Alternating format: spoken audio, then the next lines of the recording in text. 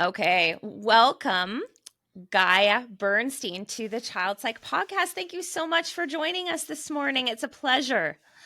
Thank you for having me. Yeah, as a mom, I really was thoughtful about this morning and what I wanted to talk about, especially because I have kids and you have a book, Unwired, that was released in 2022. I hope I have the year right. And it's pretty recent. Yeah, it actually released last week. Oh, it was just released. My apologies because I've been Yeah. reading reviews on your book and I haven't got it's on my in my Amazon cart right now.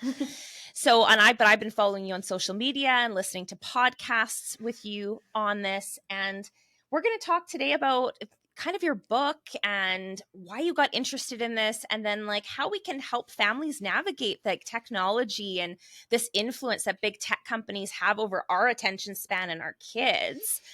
So just to kind of jump into this, like how did you're a law professor. I think that's your background is law. So how did this all happen? I think I'm a mom of three children, Mhm. and I tend to be addicted to technology myself. I've always been. I always liked playing video games. I liked, I would check my email all the time, and I think sometime around 2015, 16, I sort of noticed things changing for me. I noticed that I'm an academic, so I often sit down to work. And at a certain point, I'd realize I'm not getting anything done. And what happened to the last 2 or 3 hours? And why am I so tired? And I would notice that all I've done was, text my babysitters, email some work emails, just surf on the internet from place to place. And I realized something was strange, and I started looking more around me, and I saw that the world around me has changed. My kids' world has changed. Would go to a birthday party, and the very same kids were before just running around, and they were not that old. They would be 10 or 11. They were suddenly sitting next to each other, looking at the phones, and I would go to a performance or a school kids performance, and I couldn't even see the performance because there were all these phones in front of me, and the parents didn't seem like they were even focusing. So I started thinking about that, and so I launched this program in my law school. It was very early on. It was 2017 for basically for kids who just got their first cell phone. And my law students went to speak to the kids about a good online offline balance. And I spoke to the parents. And that's how I started thinking about writing this book.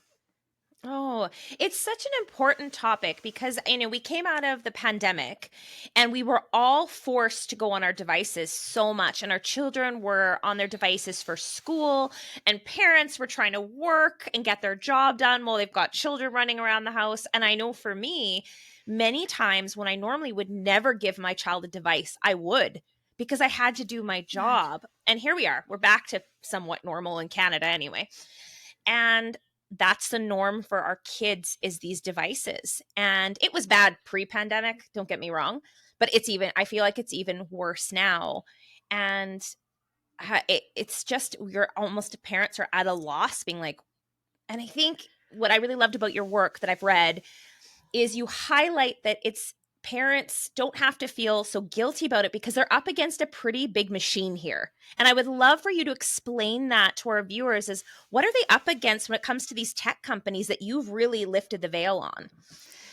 So parents, when they noticed what was going on, they wanted to do better, and they were looking naturally for self-help measures. And I also, when I spoke to parents at the beginning, would tell them, just don't have your phones during meal times, and don't have give the phones to kids when they go to bed, and things which still make sense. The thing is, nothing was changing, and we were hitting towards 2019 of already some years of understanding what was happening, and nothing was changing. And basically, I have realized that what the technology industry was doing was what other industries have done before. The tobacco industry and the food industry basically trying to make sure that we take responsibility because they were basically addicting us using very manipulative design mechanisms to make sure we stay online for as long as possible. But when the truth started coming out that we're spending so much time online and that they may be responsible for that, they did everything they could to point at us that we, the users, are responsible, and especially the parents are responsible. And hey, we're going to give you these monitoring tools so you can make sure your kids don't go online. But it was an impossible battle because they never took out the really addictive features in the games, in the social networks, all over the internet. They just gave very complicated parental controls, which were changing all the time, not for the better very often. And parents were in fight with kids, and which didn't work. I think maybe with smaller kids, but once the kids hit middle school, it became impossible. Yeah, I know for me, I always followed with my littles the Canadian Pediatric Society's recommendations, which was no screen time before 2, which I was able to follow. And it was hard, but like we did it. And thank goodness for that, like knowing those guidelines, being a psychologist. And then, after 2, they say 1 hour a day before 5. Like that's it. But then there's no guidelines after 5. Like there's no recommendations. And as like a parent who now has a 6-year-old, a 9-year-old, and a 15-year-old, it is probably the biggest point of guilt for me as a parent of being like, should they have it at all? And how much should they have? And I'm a psychologist saying this, that it is hard. And I can see, and we can talk about why it's so addictive. I think you address this in your book, and we talk about it at the Institute. We're up against a machine that it's like sending our kids to Vegas with slot machines is basically what we're dealing with. And, you can put in all these controls. I use a control. I use an app called Circle. And then we use like guidelines on their devices that shuts it down after a certain time. But at the end of the day, our kids are still drawn to it like a bee to honey. Like it's so, a moth to the light. It's hard to battle it. Yeah, and I think what you said about the lack of guidelines is really important because we have data, there are studies showing that excessive screen exposure, which is basically what's happening to most children, is affecting cognitive development. It's not just psychology studies, it's also basically brain imaging studies showing that the brains of kids who were exposed to more screen time look different than those of kids who were not. And you can see the cognitive assessments, which are related to that. So we have an impact of cognitive development, and it goes all the way to 18. So these are issues that we have to start thinking about, and all lots of other harms like mental health, and which has there been lots of conversations about, and that affects teens. So the fact that the medical profession, the organizations have not really given more comprehensive recommendation, it is concerning because as a law professor, to legislate, to regulate, it's really important to end the science wars and to have a governmental organization like the Surgeon General announced that cigarettes were harmful, or the American Cancer Association did that. The World Health Organization and the American Pediatrics Association did not take the step needed to complete this. And I think it's very important this happens for parents to know, but also for things to go forward.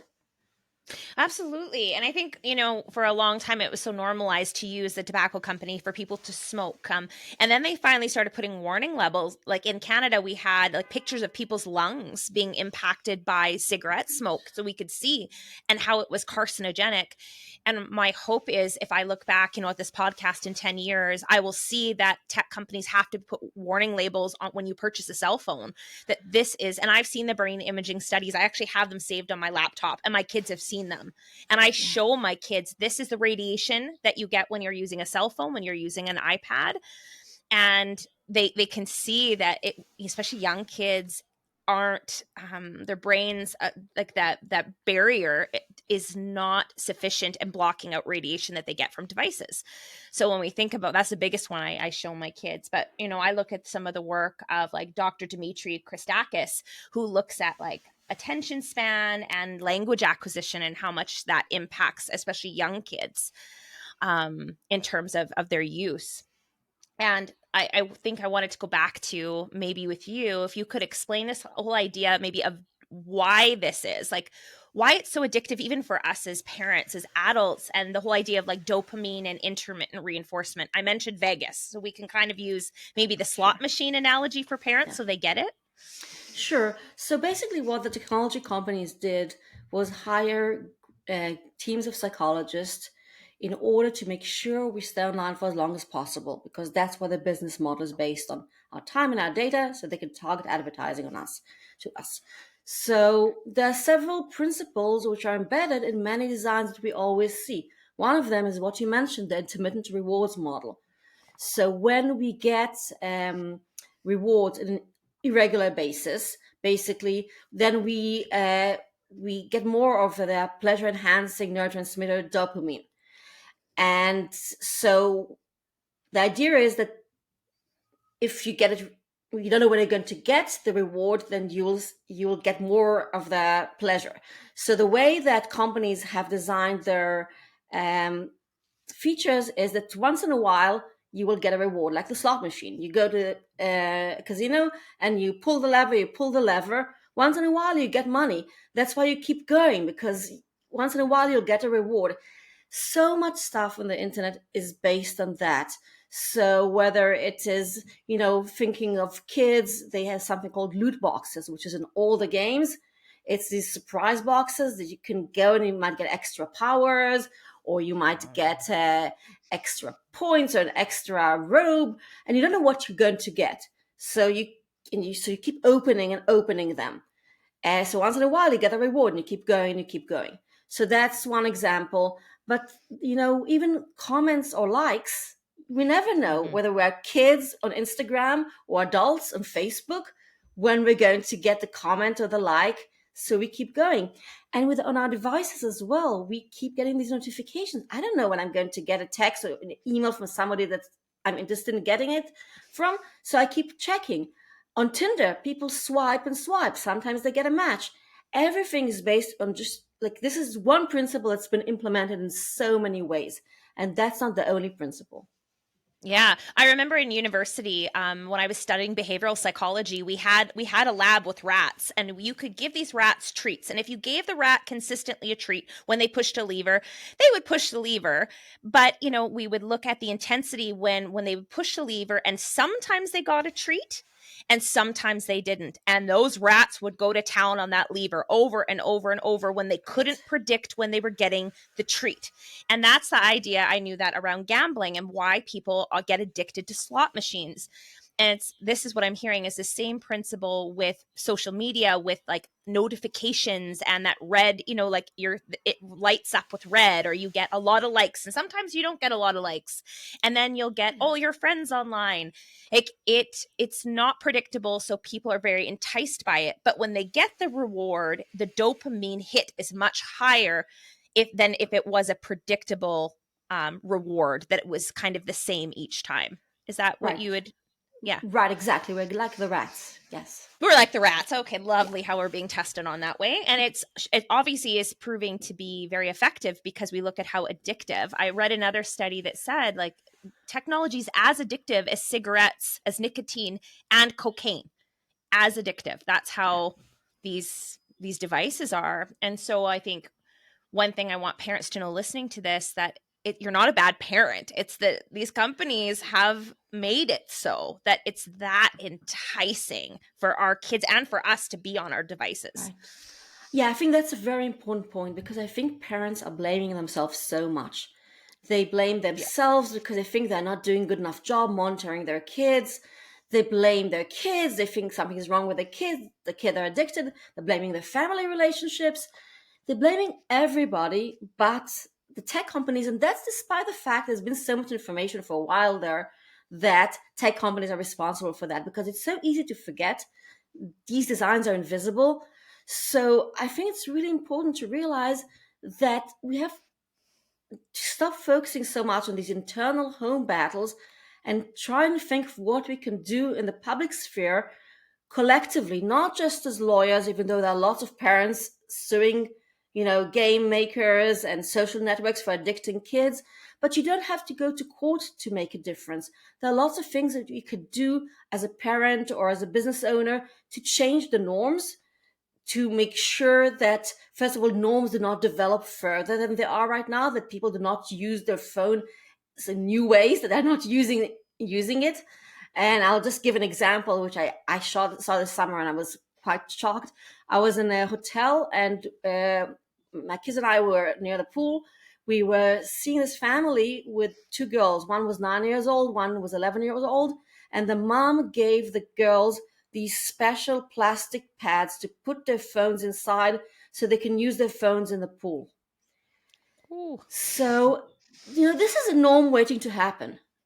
Yeah. There are places we can also say stop. I do not want this to be like that. Absolutely.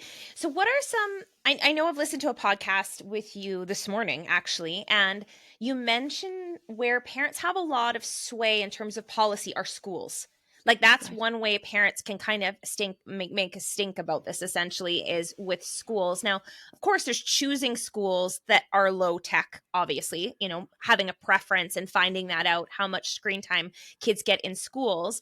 But do you think there's something that else parents can do in terms of school districts who obviously use things like Chromebooks, who use things like, games and computer time? Like, what do you think, where do parents have influence there? So I think schools are important in more ways than parents even realize, because schools are also norm creators for children. So if a kid goes in the US, at least, the federal policy is maximizing computer in the classroom. More funding goes to school who increase technology in the classroom. So it's been like this for over a decade with no results that this is going well. Actually, to the contrary, it seems like a live teacher does better. But since the pandemic, teachers are using games like Minecraft or Roblox or posting on TikTok. So if your kid is sitting with a screen in class, playing Minecraft in class, writing on the computer in class, then they're going to do this at home as well. And there's no way you can tell them get off Minecraft when Minecraft was just legitimized by the school. So it's important to understand this, the norms are being created, and there's no separation really. So parents, yes, you're right, they can choose a school, but they can also influence, because schools have lots of choices they can make. They can influence the school or the district, the parent committees on many levels in the education system, in the local level. So one thing is basically, why are we incorporating technology automatically? Why do we assume that technology is better than a human teacher?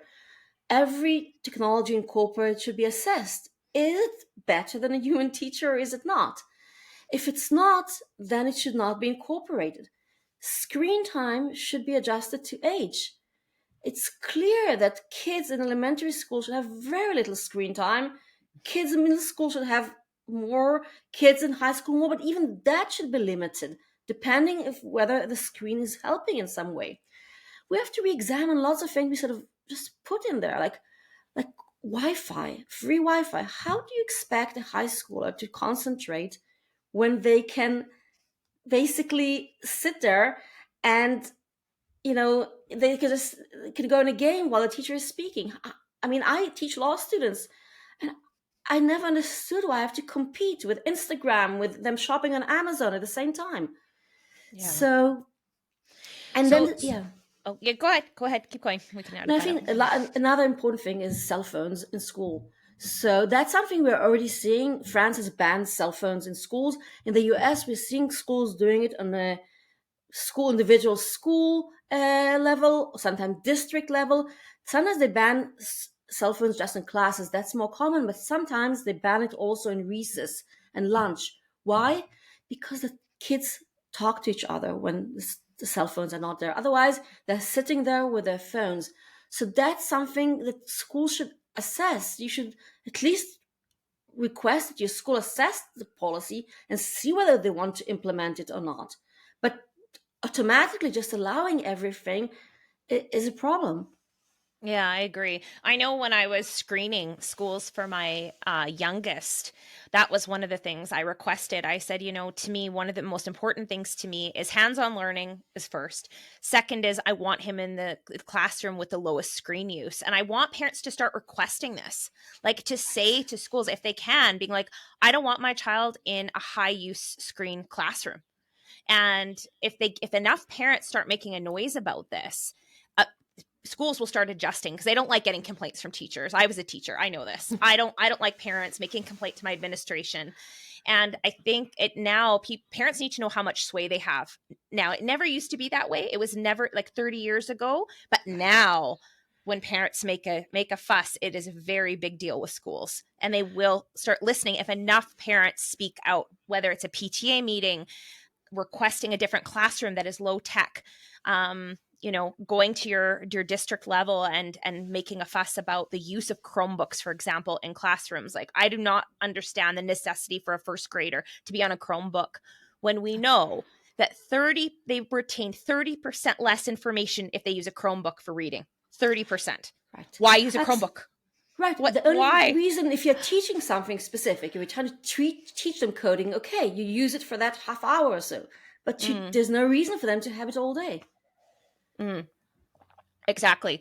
So where else do you see, like, based on your work, that parents and we as a society can battle this in some way, like to feel empowered instead of victims in terms of this kind of divisive power these screens have with our families? So I think I'll divide what parents can do to three like buckets, I would say. First Okay. of all, there's the home sphere. I think the home sphere is very difficult. But I think we're sort of in the middle. Things are changing legally and they're going to change. But in the meantime, you do want to make sure whatever you can do at home, you will do. So if you use your phone all the time, so will your kids. There's modeling. So there's some things that you can do, and you can try to set norms. On the other hand, remember, you cannot really isolate the kids who goes to middle school and tell them don't be on social media, because that's where their life is, and it's not going to work. And sometimes it's helpful to talk to a teen, remind them of lockdown, remind them how they felt when they sat in front of the computer all day, how they felt in their bodies, how they wanted to see their friends. But if it doesn't work, I don't think that force works here. Then there's the second bucket, which is the legal action. As I said, parents are involved in class actions. Parents in the United States, they can file complaints to the Federal Trade Commission. They can write their congressman. There are lots of bills out there to protect children. I believe that's where things are going to change already. There's a law just passed this week in Utah, which has some issues, but basically it's prohibiting kids from going on social networks unless the parents consent. I'm not sure this is the most ideal way to formulate this kind of law, but what I'm trying to say is children protection for children will be the first thing that's going to happen, and it's already happening. So it's important to realize that things are already starting to shift.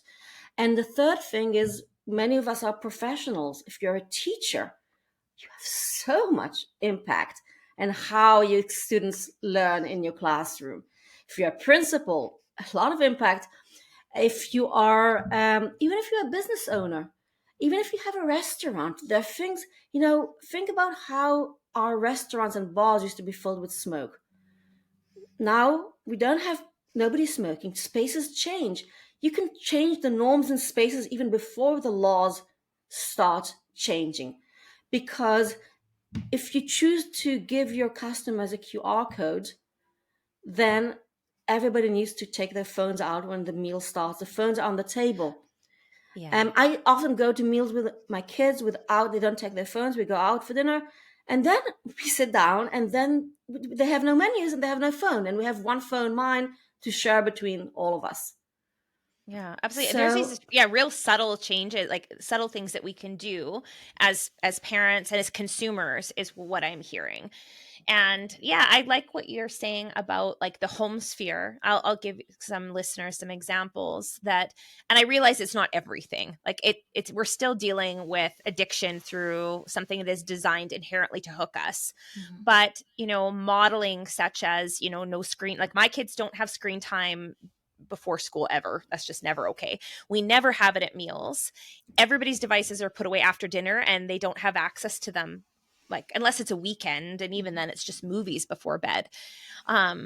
And then, of course, there is shared screen use is important, never having at meal times. I literally went on Amazon after reading another tech book. And what I did is I bought a lockbox for my cell phone because I knew after reading the research and how addictive it was and how we're losing our ability to concentrate, it occurred to me, like you, I was getting tired because I would be transitioning between my screen, the cell phone, my kids, and I was exhausted from all of that attention shifting.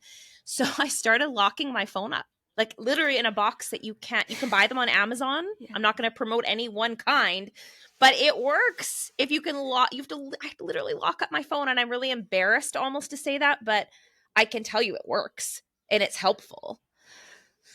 Right. But wouldn't you rather had a phone that was maybe, a regular phone like an Apple phone, but not with all the stuff you have on it now? Just so you could maybe have the stuff you need, but you won't be able to go online to check your social networks and to check, but just, maybe email or text, but not everything all the time. Yeah, I mean that's a new way of shifting to go back. We have to go back a couple years, right? But it would help because it's not the texting that's the problem. I think it's all the apps that we have, like that are Right. giving us push notifications. And well, there's still this, we're not disconnected from email either. We get notifications with email, and I've just turned off my notifications for everything. So I don't get distracted as much, but it's still hard not to check. We're still conditioned Right. to check. That is true, but I don't think about it as going back. I feel like what happened to us, we never really made a decision that that's what we want. We just gradually, adopted another app and started texting on the go. And we sort of have to take this time to decide what we want and to apply pressure on tech companies not to cancel everything. I mean, there are lots of great things with what we have, but to redesign their products to products that are not full of all these, red dots and notifications. And maybe the default should be different. You had to take the extra action to turn off your notifications. This should not be the case. Your notifications should be turned off when you get the phone. You could choose to turn them on, Turn them but on. then people ought to realize it's like a recommendation not to do that. That carries a lot of significance. So it's sort of trying to find a different balance. And with ChatGPT out there now, people are realizing what we have let happen without paying any attention. Now, what I'm talking about has been happening for a long time, and people just didn't really realize it. Even when they realized, they said, "Oh, it's too late." Well, I think it's never too late, because if you say it's too late, we know where we're heading. We're heading towards a chat GPT, virtual reality, a smart city dominated future where we're just sitting in front of our screens like we did during lockdown. Yeah. And we know that wasn't good for anyone's mental health. So we are seeing the repercussions of that now. As a child psychologist, I can tell you the amount of kids struggling with mental health. It wasn't great before. It is horrible now, of the Right. amount of struggle that we're seeing parents report. So yeah, what are some, like, if you were to think of some take homes and some messages you would really want to send parents today, what do you want them to know? If you were to, like, maybe some take homes from your book, what are some things like you're like, I really want them to hear this? And then of course they can read your book and learn more. I think the first thing that's really important to me is stop blaming yourself. You're really doing your best, and just instead of focusing so much energy on these very difficult home battles, try to hold the fort and know that things are already changing and legislatures and regulators in the US and around the world. So in the meantime, focus your energy where you can make a difference, and that's less fighting with a teen at home and more in the public sphere, in the school, in the restaurant you take to, in your own business, how you can change the norms for your own employees. These are things where you can really make a difference and will affect your kids eventually. Okay, beautiful. So less guilt, less shame, which is always great. Parents feel enough guilt and enough shame. I know, like I was saying, this is probably, of all the parenting guilt that I experience, it's when I give my child Minecraft, I would say, and they do get it on the weekends, but every time, I know how addictive, it's one of the most addictive apps on the planet for children. And but you know what? I still let them have it a little bit. We monitor it very closely and we time it, but there's still this inherent guilt about it. Like every time I let them have it, I'm like, oh my goodness, I know this isn't great for you, but at the same time, I'm like, there are worse things they could be doing. So, I mean, as a parent, I'm telling you guys, I still allow this. I monitor it and we're very careful about it. But there's still guilt that comes after. As soon as they turn it off, I'm like, oh, I'm the worst parent in the world. I let them on that. But let me ask you, if you had one of the things I propose is basically an addictive rating. So before you downloaded Minecraft, you would have seen on that it's highly addictive. Would you have downloaded it? My guess is probably many parents would have preferred not to. And I Oh think no, that's where the hope lies, because when parents don't download games for their kids, the game manufacturers will design their games differently.